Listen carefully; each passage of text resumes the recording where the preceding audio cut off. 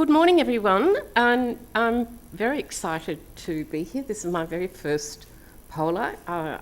It's a wonderful experience. We really enjoy Charlotte, who's my colleague from Australia, who's much more experienced in POLAs than I am, and I have been very much enjoying ourselves. In any event, our topic for today is AI and social media and the rule of law. AI-assisted technology is now being used in many aspects of legal work, of course. It is here to stay.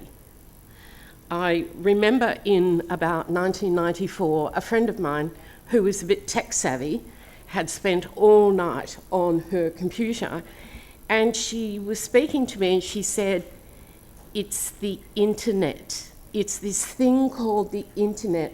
It is going to change your life." And of course it did. And that is exactly what AI is going to do. So we have to understand it, embrace it, make use of it, understand the limitations and work through, because that's what all of our children are going to be doing. This is going to be technology that they will be learning at the same time as they learn to write and speak and count and so forth. So there's a lot of work that's been going on in Australia about what this means for the legal profession, and Law Council of Australia and the courts have been trying to do a lot of work to grapple with what the issues are and how to make sure that it's an adjunct through the rule of law and of assistance and doesn't undermine it. Because I think AI and social media, while they can improve people's interactions with the court, they can be quite problematic in a lot of areas and impact on fair trial principles. So it's really important that we continue to understand all of these issues. AI has been, in its earliest forms, in use in the legal profession in Australia for at least 15 years in document review and document production and all of that kind of thing. And the Supreme Court, the Chief Justice of the Supreme Court in New South Wales recently issued a practice note for all practitioners, which was actually quite prescriptive, and it more or less said, no, we're not using AI.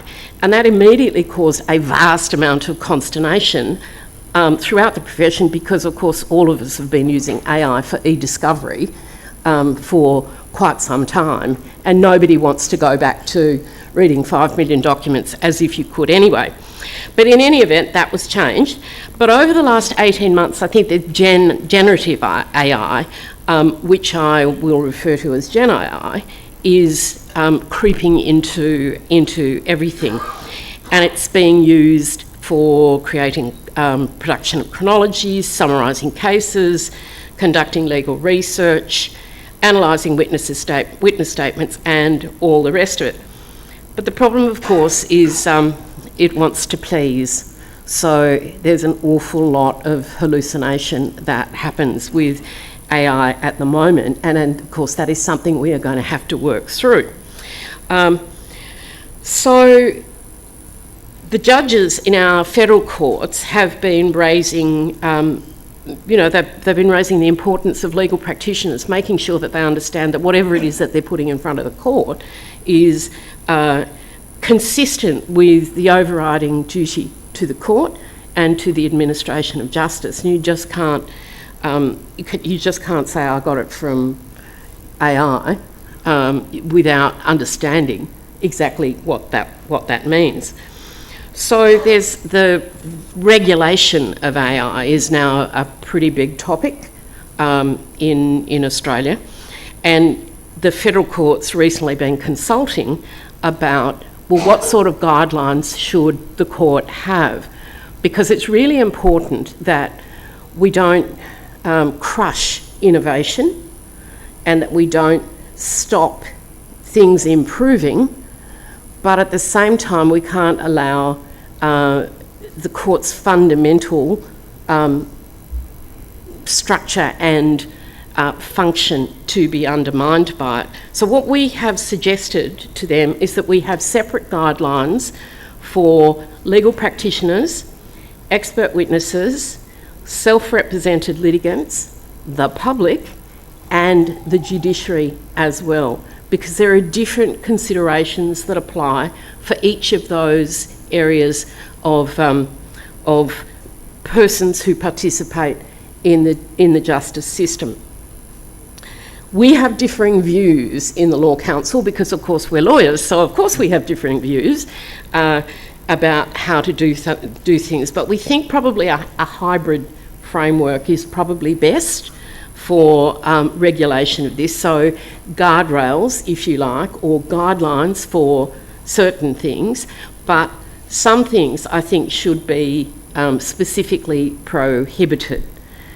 My personal view is that we should not be using Gen AI for affidavits or evidence that's going to the court. And I think the reason I became convinced of that was because I was on a committee, and one of the committee members took a fact situation, put it through 2 different AI tools, came up with something that caught all the main facts, sort of sounded okay. They were quite different, and I could just see that if you put something like that in front of a witness, they'd say, yeah, that's right, that'll be right, that'll do, and with absolutely no intellectual input coming from the witness to make sure that what's going to the court is the witness's own recollection.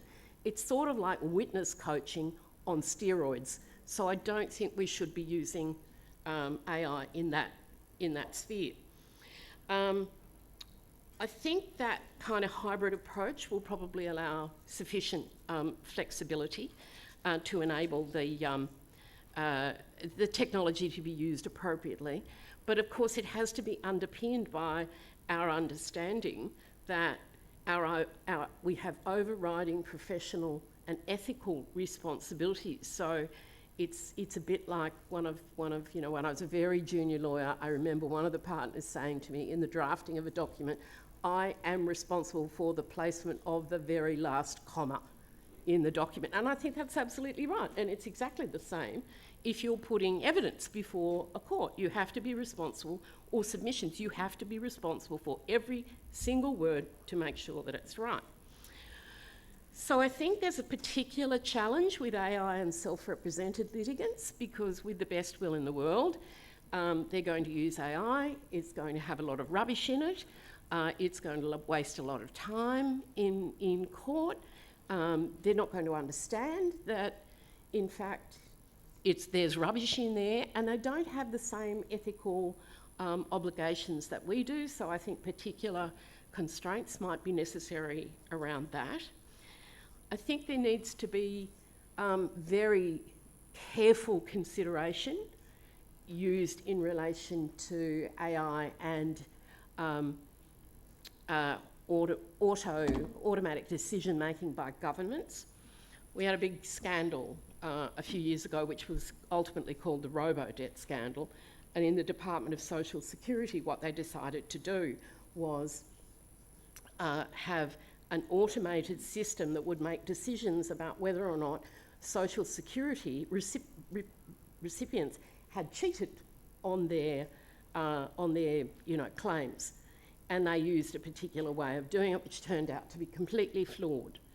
And it caused huge harm to very vulnerable people, and in fact a number of people suicided because they were receiving these barrage of, you now owe $50,000, you now owe $75,000, and it was quite dreadful. And there was a royal commission into it, and a number of the public servants who had been involved in it ultimately got referred to the corruption commission over it. So I think there's a lot of serious consideration there. I think AI and judicial decision making is quite interesting. I think the family court in Australia is using it quite innovatively. They've got a tool which is used for family law called the the system is, it's called the split up tool, which can predict how a couple's assets should be divided up, and that's been found to be quite helpful in resolving disputes between warring spouses. There's been a lot of commentary on how AI could replace judges in low-value claims, but I think you have the same kind of concerns about that in as you do in government automated decision-making situations. My personal view is I'd prefer a judge any day, but maybe that's not a universal view. But it is certainly important that we keep innovating, we keep trialling how we do this, we keep understanding and learning from where things are, where mistakes are made, and we keep trying to refine it. This is a tool that will make our lives easier if we use it properly and thoughtfully and considerably. Now, I wanted to talk a little about the courts and social media, because there's been quite a lot going on in Australia about this, with the introduction of live streaming, which of course started during the pandemic, when we were doing live streaming of judgments. Court hearings became all remote. There was, obviously no face-to-face, and things did work quite well. We worked out how to do it. When the pandemic was over, many of our courts decided to revert back to in-person, and I think that's a preference for particular judges, but it does give people the opportunity to think, well, is this a witness that you can deal with remotely, or is this a witness that you really should see sitting right in front of you? But there were a number of these live-streamed decisions. The Federal Court in Australia live-streams most of them, but it's down to the individual judge, and we have some judges who are possibly a little bit more on the theatrical side, shall I say, who quite like the idea of live streaming judges, particularly if it's an exciting case that has gripped the media's attention. We had quite a big defamation case recently, where there'd been an allegation of assault in Parliament House, and there had been a lot of media about it, and the young man concerned had been charged, but the criminal trial had been abandoned because of juror misconduct to do with social media. They'd been looking at their social media, so the trial went off. And then, as the judge said in the live streamed case, he went back for his hat, having escaped the lion's den, and he sued the plaintiff for defamation. The defamation judgment was live streamed. It went for 2.5 hours, and practically everybody in my office was watching it, gripped right to the end about who was going to win or lose. I don't know that that is really the outcome that we want from live streaming of cases. There is a lot of consideration now being given to what is the downside of live streaming cases. One of our very senior King's Counsel, Matt Collins, who has appeared in 4 of these very large, very prominent and high-profile cases, since the COVID pandemic, has said that it was actually quite difficult personally, because if everything's live streamed and there's much on social media, the people who are involved in the trial actually get trolled. So people will find out where the barristers live and start stalking them. People will put stuff on, social media about how awful the barrister is, or the solicitor is, or the witness is, and that can be very, very chilling for the people involved, and particularly for victim survivors of sexual assault. a live streaming situation could take something that is already re-traumatising and make it infinitely worse. So I think there's a lot to be said for being very judicious about what is live streamed and what is not. And of course, if it's a jury trial, social media, of course, is there's a lot on social media which is actually a sewer, and it can really really cause problems, such as the trial in the criminal proceedings that I was talking about going off. So that is clearly a bit of a balancing act for our judges to think about, and I think these will be common issues throughout the world as this kind of technology becomes more and more pervasive and more usual, and we start seeing more and more innovation in the kind of technology that will be available to people in cases. So the other thing is that there have been some judges that have started doing their own social media, and I think that's probably not a great thing, frankly, because anything on social media that you say, of course, is there for good.